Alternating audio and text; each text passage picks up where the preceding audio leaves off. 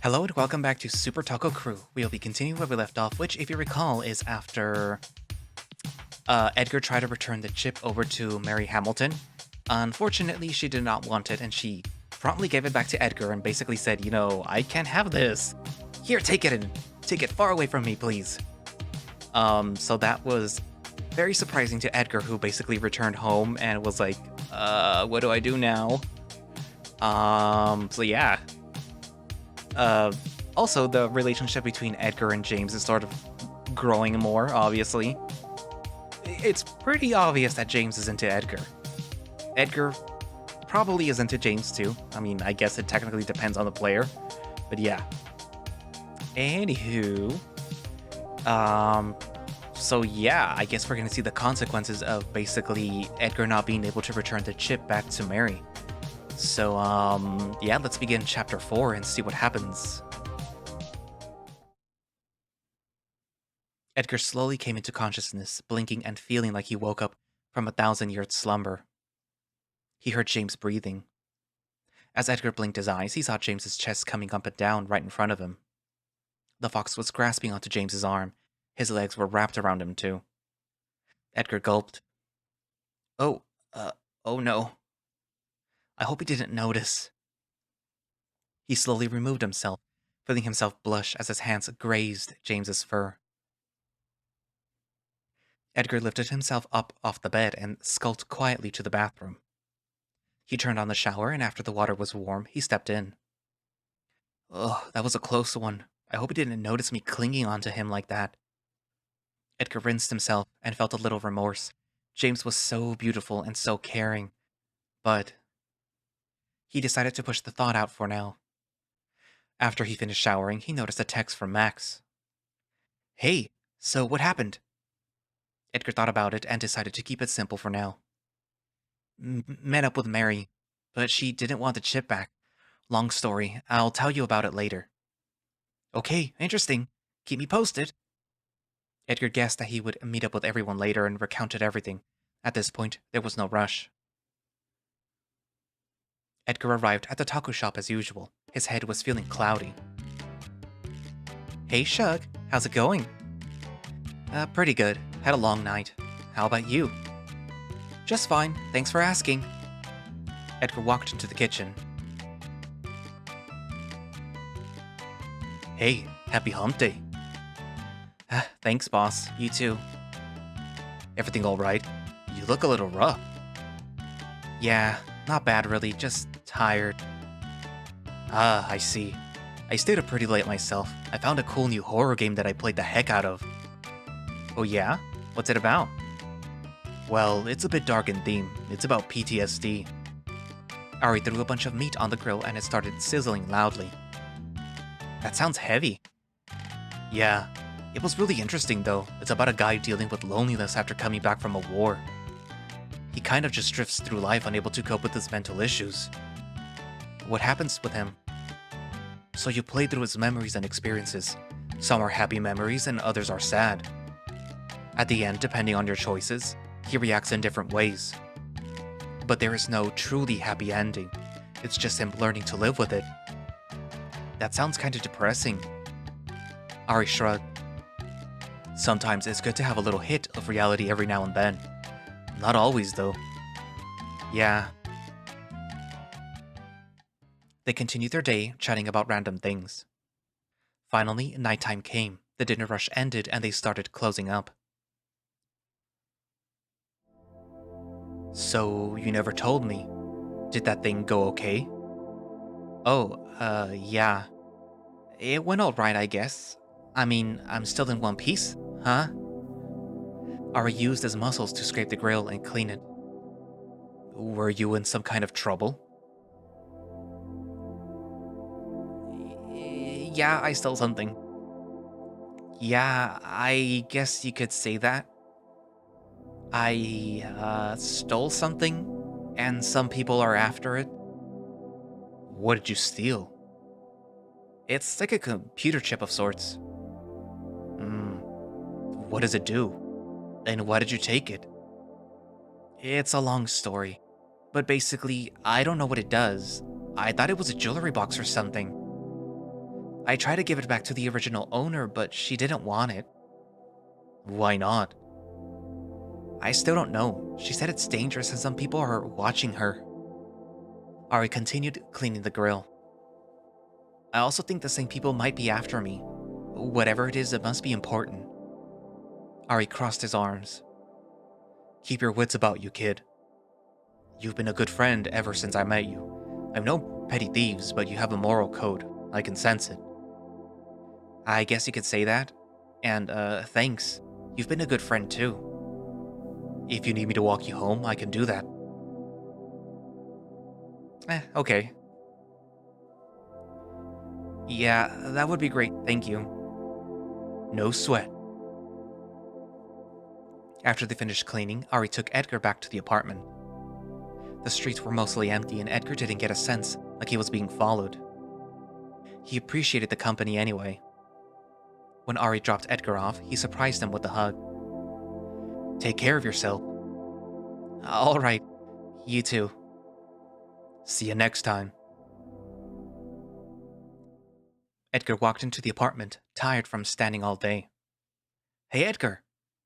Hey. Come in here. I just started watching this depressed horse show. You'll love it. You mean BoJack Horseman? Gosh, who knew that there would be so much depression-related media? Alright, coming. Edgar went into the bedroom and jumped in next to James. The show was more funny than Edgar expected, although the horse was definitely depressed. Edgar could feel himself relating to some of what the horse was going through. Sometimes he did feel like life was full of despair. But other times, he cherished those small moments where he wished time stood still. Even now, watching this show with James, he could feel a warm and cozy aura around him. So, I was thinking, wanna go to the trail again tomorrow? But I want it to be lazy. Alright, how about this? If you go with me all the way to the top, I'll get you donuts on the way down. How dare you use my greatest weakness, baked goods?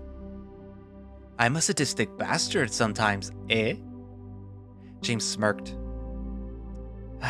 Fine, but we should be careful and not attract any attention. I know, it's just... there's something really pretty up there. I didn't get to show it to you last time. Oh yeah? What is it?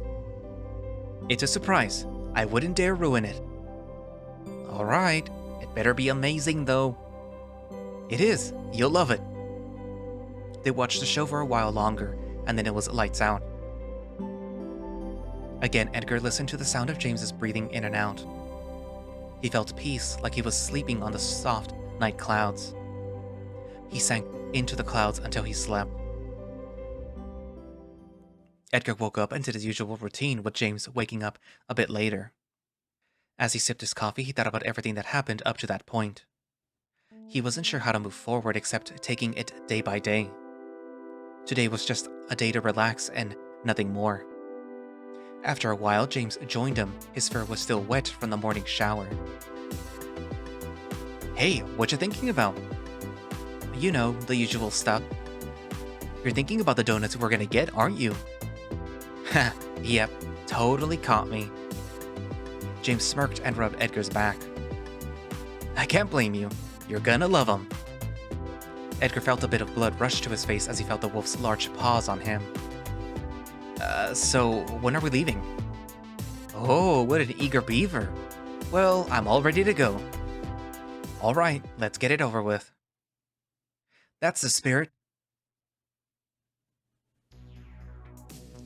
Alright, we're here. Hey, wait up. You walk too fast.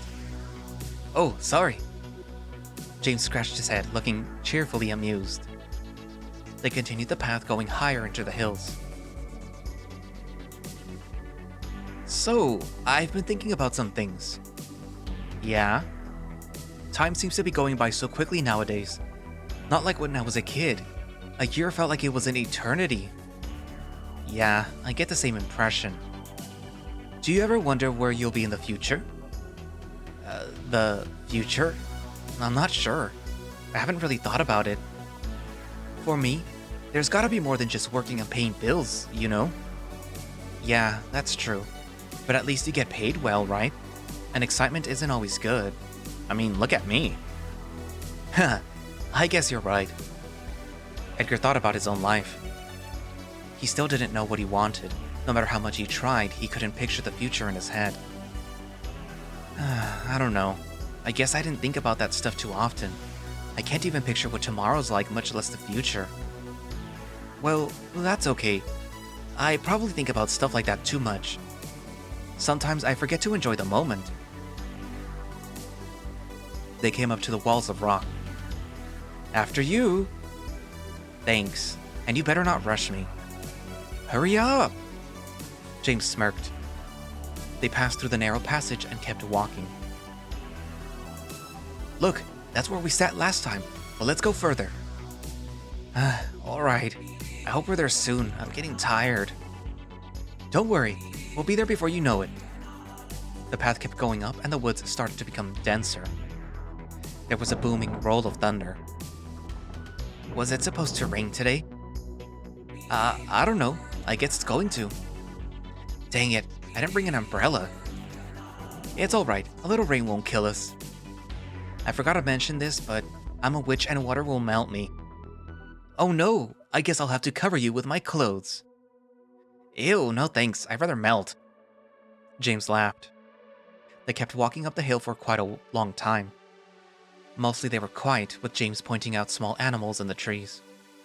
At some point, James veered off the path sharply. Oh, we're not going out the path anymore? Yeah, the path is cool, but that's not where we're headed. The thunder started again as they walked through the dense wood.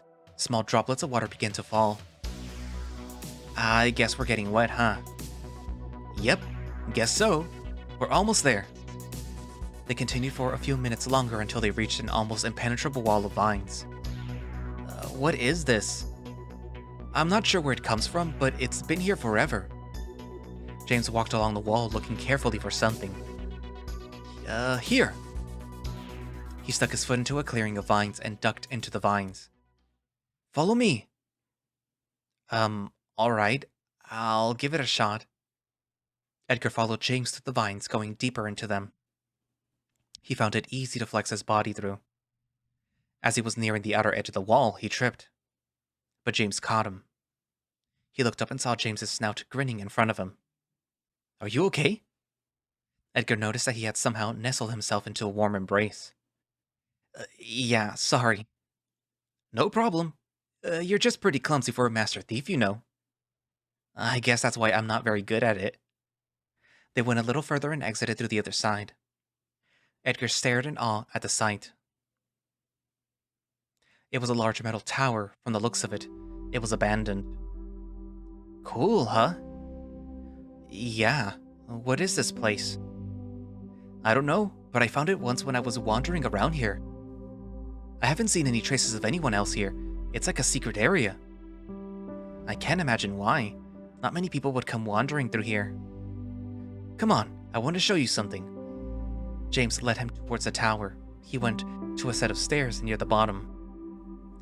Is it safe to climb up? Yeah, I've done it lots of times. Just be careful, it's a little wet. James started climbing and Edgar followed. As they went up, Edgar could feel the wind grow more intense, and it started to drizzle more. Finally, they made it onto a platform almost at the very top. Wow. Edgar could see the entire cityscape beneath them. We're so high up. This is amazing. Yeah, it's like a sea of stars, isn't it? I feel like I'm floating. The rain started pouring harder. They were almost soaking wet. James leaned against the railing and Edgar did too. James stammered. What is it? I'm glad that you came here with me. Me too. It's really beautiful here. They stayed silent for a few minutes, Edgar enjoying the soft wet breeze. I wanted to tell you something. What is it? Never mind. Don't shut up now, tell me. Hey, you can't just leave me hanging. Tell me. Well, okay. You've been the best friend that I've ever had. Before you came, my life was so dull and boring. Just working to pay bills, going through the motions.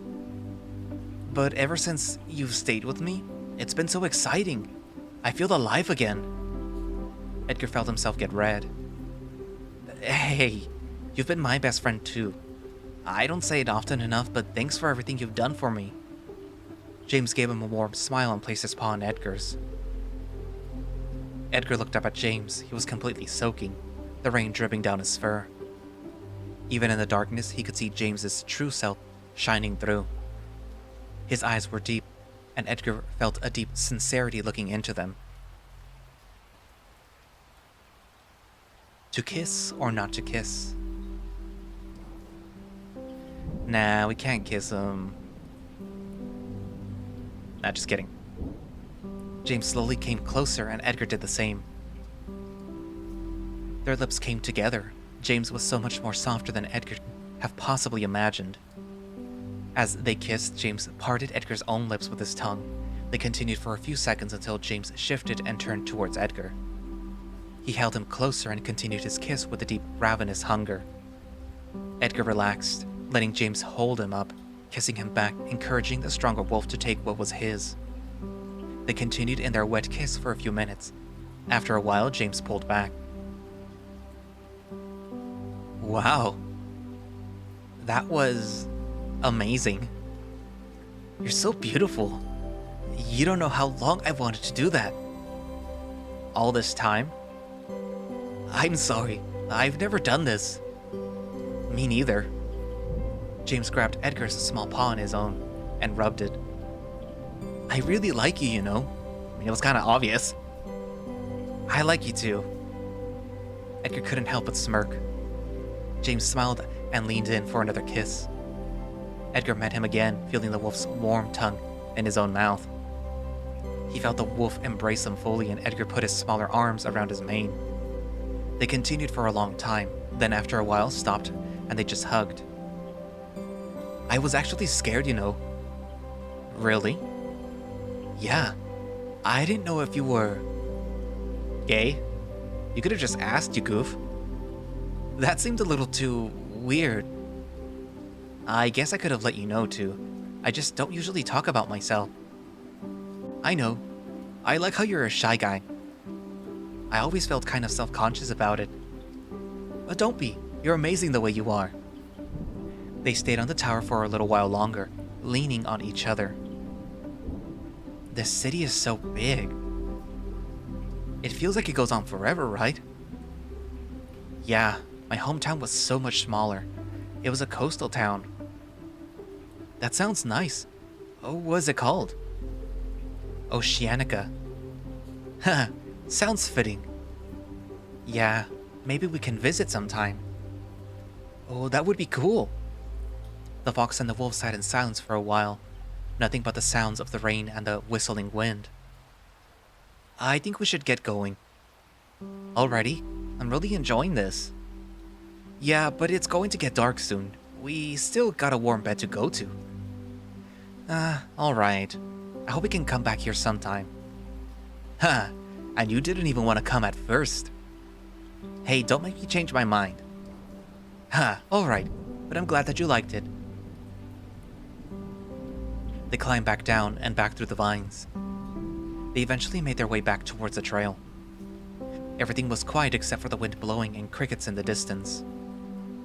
There was a fine mist in the air, and they were both still soaking wet. After climbing down the long trail, they made their way back into the city. The streets were mostly empty. Oh, it looks like we can't get donuts tonight. Ugh, I have forgotten about that. Now I really want donuts. We'll definitely get some next time, I promise. Fine, but you're paying for all my donuts. Oh no, I'll be bankrupt. That's what you get. It'll be worth it. Edgar suddenly stopped. He heard the same noise as the night before, something so subtle it could only be. He looked behind him. All he saw was a few cars parked. His heart started beating faster. You okay? Yeah, let's keep going. They continued walking, but they both remained quiet. Edgar quickened his pace as they went on, and James followed. There it was, a clean footstep. Whoever was following them was getting sloppy or impatient. On the count of 3, run and follow me. Okay. Edgar flicked the switch on his searing knife, turning it on. 1, 2, 3. Edgar sprinted towards his target, an alleyway behind an apartment building. James ran close behind. In the corner of his eye, Edgar detected the figure. He didn't get a good look as he entered the alleyway. There was piles of garbage and trash cans. He dodged them, and so did James. Edgar ran as fast as he could and turned left into the corner. As they passed through, he heard a bullet zip past them. He felt his adrenaline rushing. It was a silencer. He saw a door in the distance. In one motion, Edgar took his hot knife and sliced the lock, threw the door open, pushing James inside. Time almost came to a crawl. As he turned his head, another bullet whizzed by him, hitting the open door. He flinched, the noise ricocheting like waves. He opened his eyes and saw the dark figure up ahead, gun drawn, taking another step. As the figure pulled the trigger, James yanked him inside, the bullet striking the door again. James led him through the dingy hallway and up the stairs. They climbed as quickly as possible up the 3 flights. Then they went into another hallway, the featureless doors blurred together. Damn! What do we do now? I don't... Come on, Edgar, breathe! Edgar stopped for a moment and took a breath. The roof access, that way. They went over to the door, and Edgar sliced the doorknob haphazardly. He could hear running footsteps behind them. Edgar threw open the roof access door and ran up the stairs into the roof. It was now or never. He had to make a second decision. We have to jump to that building. All right. Edgar ran towards the edge of the building and jumped the 6-foot gap. As he flew across, he felt his heart stop at the feeling of having 100 feet of nothing under him. He landed, and James landed next to him. Edgar turned into some AC units, getting himself out of sight. He crouched and ran towards the fire escape and climbed down with James closely behind. They went down, Edgar not daring to look up. Finally, he got to the ground level. This way. Edgar ran as fast as he possibly could away from the building, staying in the dark. He went through alleyways, side streets. So far, no sign of the assailant. After a while, they slowed down, both breathing in and out quickly. Did we lose him? I think so. They walked slowly in the semi-darkness. Both were quiet the whole time. Edgar listened intently, but he heard nothing suspicious. They walked in the general direction of James's apartment until they finally made it back. Are you okay? Yeah, I'm fine. You gotta call the police. I can't believe that we just got shot at. No, they won't help us against this. Also, they'd put 2 and 2 together and find out who I am. My life would be over. James furrowed his brow. There's gotta be something that we can do. I shouldn't have brought you into this. I'm so sorry. It's alright. You didn't mean for this to escalate so much. I just wanted to make it right. But maybe I can't. We'll find a way, I know it. I could try contacting Mary again. Maybe she knows more information on who's behind this. Yeah, that would be a good idea. It couldn't hurt, right? Alright, I'll see if I can do that tomorrow. They sat in silence for a few moments. It'll be a long night. Let's go lay down, okay? Okay. They went into the bedroom and got into the bed, turning off all the lights. James snuggled next to Edgar, putting his arm around him. Edgar felt the heat radiating from James, his torso rising and falling. He felt so scared, but being in James's arms, it put him at ease. Let's try to get some sleep. Yeah. He felt strangely protected, like with James's big arms around him, nothing could hurt him. Edgar tried to close his eyes, but he saw him. The man following them. He let out an exasperated sigh. He tried to clear his mind. He breathed in and out, focusing on James's breathing next to him. Eventually, Edgar's body sank, and he slept. Chapter 5, Injection. And that's where I'm going to leave it for today. Again, another short episode, but again, a welcomed change of pace. So a lot of stuff happened today. Well, not a lot, but actually, yeah, a lot of stuff happened. So James basically came out to Edgar and said, I, in not so many words, very much like you. And they both ended up kissing because Edgar reciprocated. And now now we get to see that somebody is indeed following Edgar, and he tried to basically kill the both of them, Edgar and James. Thankfully, they were able to get away. But who's to say that might not be the case next time? Because the story does go on for a while longer, so yeah. Technically, we're at the halfway point now. So I could probably keep on reading for other chapters instead of stopping at editing, but we'll see. I'm curious to see what would have happened if you didn't reciprocate James's feelings. If that chasing would have been different. Because I have seen the CGs, and their stuff happens. But, we'll have to see in the future if that doesn't indeed happen later. Also, Edgar has to tell Max what's happening. Hopefully they don't go after Max or Oscar. Well, anyways, thank you all for watching / listening. If you would like to play Super Taco Crew yourself, you can do so by finding it over on itch and by clicking in the description Decker Wolf's Twitter page, which should have a link somewhere to the itch.io page where you can download and buy Super Taco Crew, because this is a paid visual novel. It's only $5. And if you do so, then you can read on ahead before I am able to finish it and post it. And yeah, I'm pretty sure Decker would appreciate it. And if you would like to support me, I do have a Ko-fi, which will be linked down in the description along in the about you page on YouTube, whatever. But yeah. So yeah, I guess that's it for now, and I will see you guys in the next episode. Bye-bye.